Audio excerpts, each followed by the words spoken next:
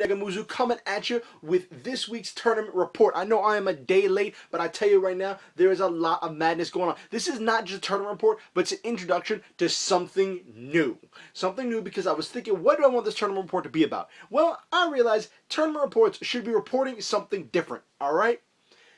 And I'm going to present to you guys something I don't think anybody else has done before. Something that I'm calling Trial Deck Wars. Why am I calling it Trial Deck Wars? Because I realize that a lot of people, when they are starting out, especially the younger kids who don't have rich parents buying them everything, what do they get? They get a trial deck. The parents buy them a trial deck and say, here, go play. And how many of us know that struggle? We get the trial deck, we got to make it work for a little while, or we want to buy two and they only got one. So, yeah, it's all about the budget, right? So what do you do when you have that trial deck? Generally, you lose. You lose a lot. And that's why a lot of us will buy 2 or 4 trial decks in order to get pieces, in order to make something else. Well, I decided to try something different to test my skills as a player. And this is a challenge I'm putting out to Team Horizon, to other members to say, try it out. And what my challenge is, get a trial deck and have it go straight from box to sleeve. No perfects. No change in the trigger lineups. No change in the starter. No nothing. Straight out of the box. And we are going to be featuring some videos about some of these trial decks and different cheap and effective ways to upgrade them, and having some feature matches featuring how these trial decks face off against the meta. Now, by all logic and reason, these trial decks should get blown out of the water. Which is funny because I picked Aqua Force. Ding! So, I played a straight Aqua Force trial deck.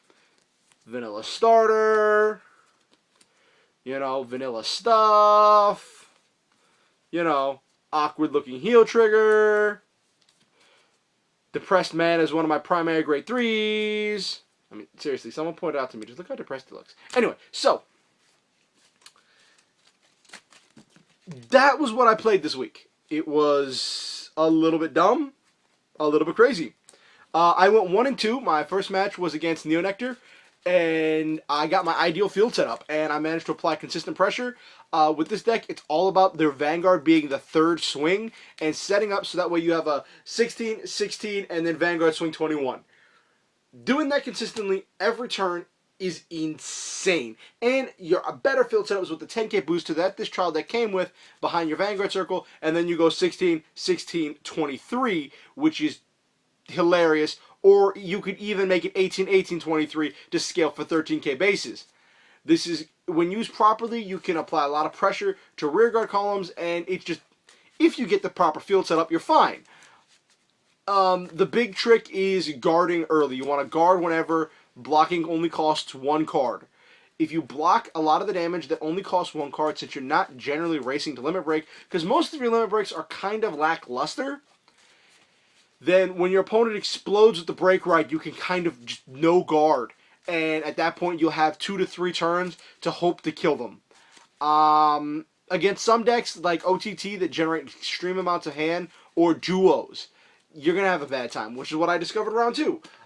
Game 1 was my only win of the night against Neonectar. I got my ideal field set up in Game 1. In Game 2, I got grade stuck, which I got grade stuck on 2 on one of my ideal grade 2s, the Vanilla 10, which helped with my defense. So I didn't really lose much because I didn't have my hand flooded with things I couldn't use, and I built an effective field. And when I got to grade 3, I was hitting such good numbers that I just blasted through my opponent's hand. I've never actually played against Neonectar. Like, I played against a proxy Neonectar Musketeer deck way back when, but playing against straight Neonectar like this with the break ride and all that other stuff, it has a lot of potential that can be really scary. Anyway, Game 2, I faced duos. Well, duos. Unfortunately, I did not get the ideal field set up. Yeah, I could build 2 columns and 1 piece of dung on the side over here that kind of hit numbers, but didn't. You don't want to do that against duos. You don't. You really don't. Because if you don't apply pressure, their hand goes from this to this. I wasn't hitting that at all. And then crits, crits, and crits, and restand, and crits, and restand, and crits. Did I say crits? I should say it again. And again. Anyway, so duos, I managed to force one scenario where I needed a trigger to win because I'd whittled through his hand right before the explosion. Didn't get the trigger. Couldn't do it. And, I mean, I don't even know if I would have won. He had one card left in hand on that turn. And then the next turn, break right happened. Explosion of hand. And I just went, oh, well, poopy face. Game 2, round 3. It's funny because if I'd won either rounds 2 or 3, I would have gone to top, which is kind of sad because I was playing a trial deck. Anyway, so round 3, I was up against Kagero. I burned. Anyway, Kagero, Dragonic Overlord, the end with the Dragonic Overlord Break Ride. Great deck, complete deck, piloted by one of the better players at Chibi's, and of course, it was bad. I did manage to whittle through his hand, and I forced a scenario where, again, I needed a stand. I misplayed that turn, so instead of needing one trigger, I needed 2, and I didn't get them. If I'd played that turn a little differently, it would have been 1 trigger to win. I would have needed 1 stand trigger, but I got a draw trigger instead. Yay, anime moments! Sad face, poor Miwa. Anyway, so, overall, I did win one match. I walked in expecting to lose in every way, shape, and form known to man. For Trial Deck Wars, for the point of this challenge, take a sleeved up trial deck and run it for 2 locals. Get a feel for it, and this is straight, raw, vanilla starter. Though this thing looks amazing. Look at that artwork. Why do the vanillas get the good artwork? Anyway, so ran that. Gonna do that next week as well. Just get a feel for it, and then I'm gonna look at upgrades to the deck and ways to upgrade the deck that cost less than buying another trial deck. So upgrades that cost less than $20. Give me $20. Anyway, so for those of you who don't know what that is, you're probably better off. And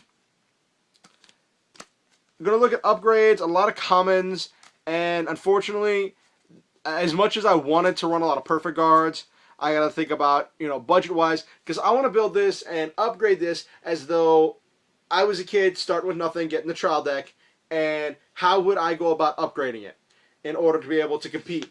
And, with the limit break enablers, this thing's going to get insane. But that's not here yet, so live in the now.